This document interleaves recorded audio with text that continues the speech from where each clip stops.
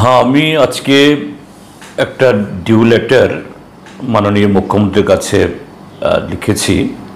সেটা হলো, প্রথমত গত 17 তারিখে চানমারিতে যে মর্মন্তুদ ঘটনাটা ঘটেছে, দুটো বাচ্চা একটা চৌবাচ্চায় পড়ে গিয়ে বা অন্য কোনো কারণে তাদের অকাল মৃত্যু হয়েছে, তাকে ধন্যবাদ জানিয়ে তিনি তার ব্যস্ততম সময়ের মধ্যেও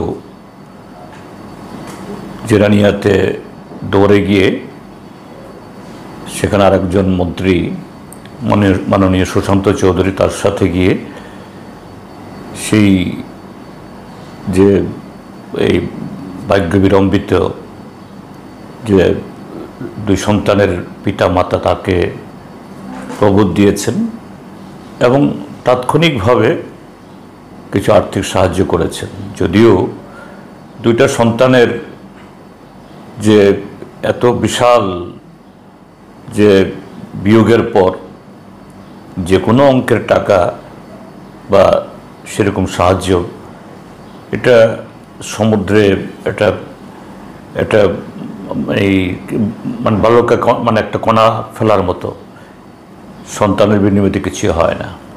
তারপরেও মাননীয় মুখ্যমন্ত্রী এরকম ক্ষেত্রেতে যাওয়া এবং তাৎক্ষণিকভাবে সাহায্য করা সেই পরিবারকে, এই যে শখ হলো, ধীরে ধীরে সেখান থেকে ফিরে আসতে সাহায্য করবে, এটা খুবই এটা কি বলে উজ্জ্বল উদাহরণ।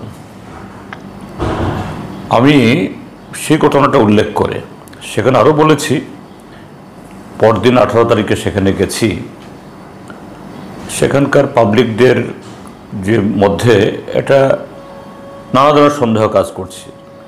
যদিও ব্যক্তিগতভাবে আমার মনে হয়েছে জলে ডুবেই মারা গেছে, তারপর যাতে সন্দেহ সেরকম না থাকে, কারণ ওই শিশুদের বাড়িও সেখানে, প্রতিবেশীরা সেরকম মনে করছে। একটা এক্সপার্ট টিম গঠন করে এই তদন্ত হওয়া উচিত, পরিষ্কার করা যে না এটা আসল ঘটনাটা কি। আমি তার রেশ ধরে আরও দুটো ঘটনা কথা মাননীয় মুখ্যমন্ত্রীর নজরে এনেছি। হয়তোবা এটা প্রথমটা, আমি দ্বিতীয়টার কথা বলছি না। মাননীয় মুখ্যমন্ত্রীর হয়তো নজর এড়িয়েছে এটা, যে কোনো কারণেই হোক। গত বছর জুন মাসে একটা এডিসি এলাকার রামসুন্দর পাড়া না রামশঙ্কর পাড়া, এই মোহনপুর এডিসি ভিলেজ এলাকার, এই মোহনপুর সাব ডিভিশন এলাকা, সেখানকার বাচ্চারা একটা যে তাদের স্কুলে একটা অনুষ্ঠানে এসেছিল, সেখান থেকে দলে বলে তারা ফিরছিল। তো বাচ্চারা জুন মাস মানে তো একটু গরম থাকেই, সেখানে ফরেস্ট ডিপার্টমেন্ট নতুন একটা জলাশয় করেছে, সেখানে স্নান করতে গিয়ে 5টা বাচ্চা ডুবে যায়। হয়তোবা তাদের সাঁতার জানা ছিল না। তার মধ্যে 3টে বাচ্চা কোনো প্রকারে ওরা বেঁচে ফিরতে পারে, কিন্তু 2টো বাচ্চা আমি নামধামও দিয়ে দিয়েছি, মা বাবার নাম সহ ঠিকানা সহ। একটা ক্লাস 4-এর ছাত্রী, আর একটা হলো ক্লাস 3 ছাত্রী। একটার নাম প্রিয়াঙ্কা দেববর্মা আর একটার নাম পিয়ালি দেববর্মা। এই 2টো বাচ্চা মারা যায়। তারপর দুটো পরিবারই, যে 2টো বাচ্চা যে পরিবার থেকে আসছে খুবই গরিব, তারা ভিলেজ কমিটি, তহসিল, সম্ভবত এসডিএম মোহনপুরের কাছে কিছু আর্থিক সাহায্য প্রার্থনা করেছে। এরকম সময়েতে পরিবারগুলো যে অন্তত ফাইন্যান্সিয়াল একটু হেল্প পেলে একটু হলেও এদের এই মানসিক যে অবস্থা থেকে ফিরে আসার জন্য একটা জোর পায়। কিন্তু প্রায় 1 বছর হতে চলল, এক কপর্দগও কি এডিসি কি রাজ্য সরকারের কোনো জায়গা থেকে তারা সাহায্য পায়নি। তারপর দ্বিতীয় ঘটনা, চারবারের সাথে বললে পরে তৃতীয় হবে এটা। গত 20 তারিখে সাবরুমের কালাডাপাতে যেটা ঘটল, মনোবাজার থানার অধীন একটা 9 বছরের ফুটফুটে বাচ্চা, এটাও মেয়ে, তার অস্বাভাবিক মৃত্যু হয়েছে।